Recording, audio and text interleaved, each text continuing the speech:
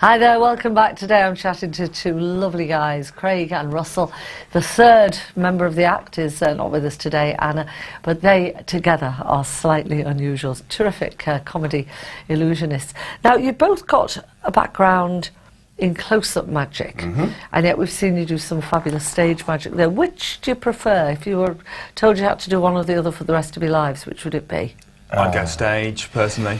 Right. I prefer watching close-up magic, Yeah. but I prefer performing on stage. When you perform on stage in front of hundreds of people, you can get such a buzz that you don't get with close-up. No. But you do speak to a lot of people and you perform for them and they go, oh, I really like close-up magic, because if I saw it from a distance, I always think, well, I'd catch it if it was close-up, and they see it close-up. And you always think to yourself, there can be some sort of tricks and mirrors or a black cloth or something. Have you ever done any of the really, really huge illusions, like making a tractor appear or anything like that? Well, we're actually working on an appearing motorcycle at the moment. We're actually working on an appearing motorcycle that's going to be using to close our act. So, that sounds good. And what about the actual tricks themselves? I mean, one magician, an illusionist, said to me, you can't reinvent the wheel. There are no new tricks. Would you agree with him? I completely disagree with him, to be honest. One of the things that we're actually quite well known for is we actually create magic in the close-up field. And between us, I think we've released 40 DVDs on the subject of close-up magic. So, and we actually lecture to magicians, and we actually go all around the world lecturing to magicians, teaching them how to do magic.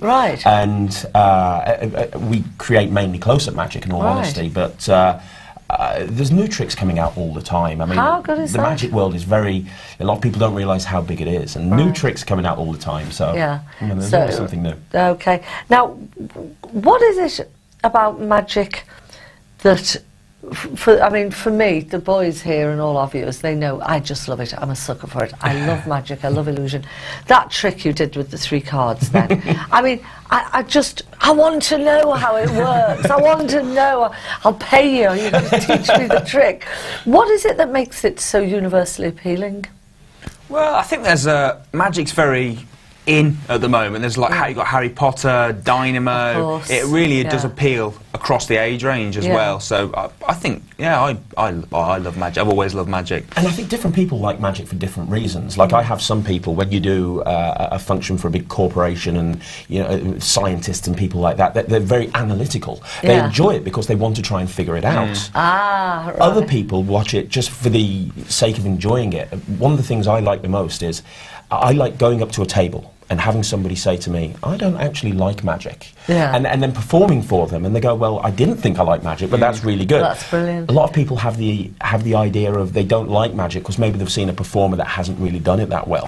But when they see it properly and they see it done well, you know, it's great to change their mind. You know, that's what I like doing. And what about, when you do the close-up, do you always work as a double act? No, not always. We try to, but a lot of the time we'll get booked individually, so he'll be going off and doing something, I'll be going off somewhere. So would you do a stage act on your own, either of you? Or neither of us do the stage act is something we do together. But the close-up we do with, well, we sometimes work together, we sometimes work with my dad, who we work closely with as well, but we also work on our own as well. Oh, right, so you're not sort of totally joined at the hip? Not totally. Because I suppose, lovely though it is, the support, it's quite nice to go apart and come together for some big tricks. If you do that, well, which you obviously do because you just said it, what about, say you haven't done a show together for 3 weeks, do you have to rehearse to get back up to speed with it? When we first put the show together, it was masses of rehearsal, but now I'd say we don't really go longer than about a week about doing the show. The show's so popular that we'll be performing it a couple of times a week, and that's in the slow times of the year. So the rehearsals are only needed when we're working on a new illusion. So if we're working on something new, we've got a warehouse where we keep all of our props, and we've got a big rehearsal room there, and you know, we do spend a lot of time in there when we're working on new stuff. So that's your office, really, isn't Basically, it? Totally. It's a fun office. Oh, I bet it is. It's like Aladdin's cave. Well, listen, we're going to see now the Brit Idol semi-final, grand final. No, the semi-final. Yeah, we're going to see the Britain's Variety. Britain's got that. I didn't get that just slightly wrong. I got it completely wrong. So there we go. Britain Does Variety semi-final. Yeah. And how long ago was this?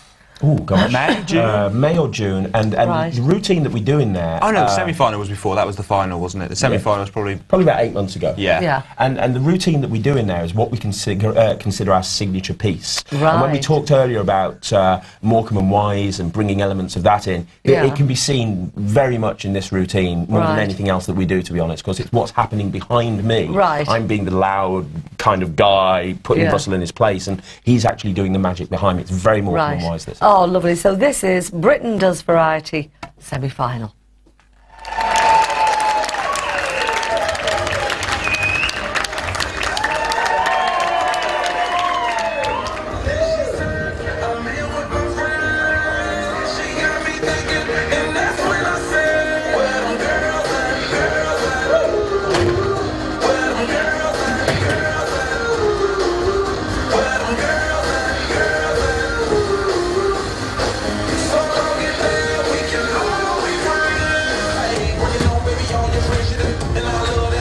Okay, is everybody ready for some magic? I said, are you ready? Then watch this. Here we go. 1, 2, 3.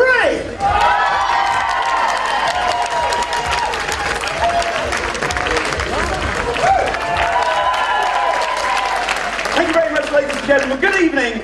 My name's Craig. And my name's Russ. And welcome to the show. Now, tonight we're going to be performing a classic of magic. It really is a classic. See, I'm going to be making something big disappear. That's right. We're going to make something really... No, not you, me. I'm going to be making something big disappear, not you. Well, what about me? You're probably a bit too big. Look at you like, whoa. No, I mean, should we do it together? Yeah, Craig and Russ, slightly unusual, but you've got to understand, this is a big gig, Russ. This is the semi-finals of Britain Does Variety. If we win here, we could be in the final. And frankly, there's no better man to make sure that happens than me. I can't trust you, you'll mess it up. Look, there's 2 seats there. There's one for you, there's one for Anna. What I want you to do is sit down and watch a real magician work. I'm going to make sure we get through to the final and you can hold on to my coattails all the way. You go sit down, because who here likes listening to music? Yeah, there's been some fantastic singers on tonight. Well, I have here a radio, ladies and gentlemen, and I'm going to try and make this radio disappear right in front of your eyes. You see, you need 3 things. You need a radio, you need a cloth, and you need some really cool music. But let me ask you one question. Are you ready? Yes! No, I said, are you ready? Yes! Then here we go. A little bit louder, I think. Hang on a second. Turn it right up there. Here we go. Watch the radio, ladies and gentlemen. I'm going to try and make this radio completely disappear. Now, the first thing that you need is a cloth. And you've got to wave the cloth around like this. You've got to let everyone know it's a real cloth. It's very important. You've got to let everyone know it's a real cloth. And then what you do, you take this cloth and you cover up whatever you're going to make disappear. It looks something like this. Here we go. Ladies and gentlemen, the vanishing radio on the count of 3. 1, 2, 3.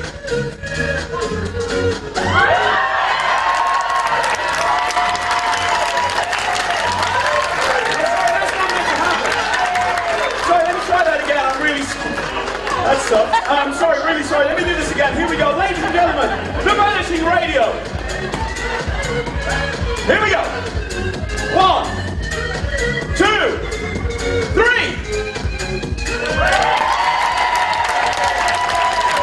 I appreciate that. I haven't done anything yet. What? It's not work. It's not working. I know. If we made this radio disappear, every single person here would give us a big round of applause. Well, maybe we could try and do it together. Maybe. Do it together? Let's give it a try. Let's try it. Ladies and gentlemen, watch the radio on the count of 3. 1, 2, 3.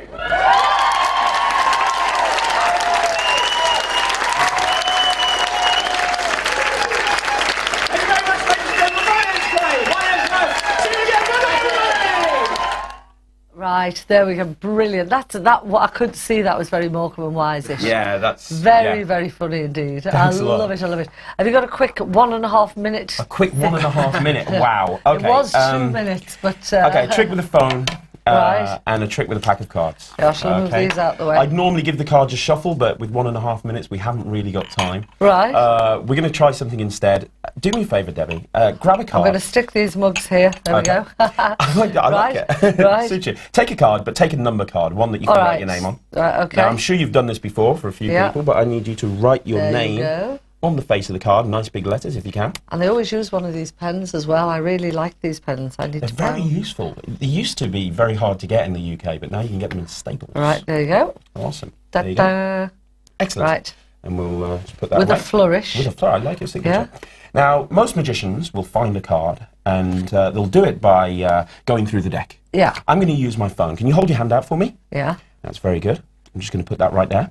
I'm going to take the 2, pop it down in the middle, about halfway down, doesn't really matter where. All right. Now, I want you to take your other hand and cover up the phone just like that. If you can cover it up completely, that'd be wonderful. Right, cover it like that? That's perfect. Now, I want you to watch.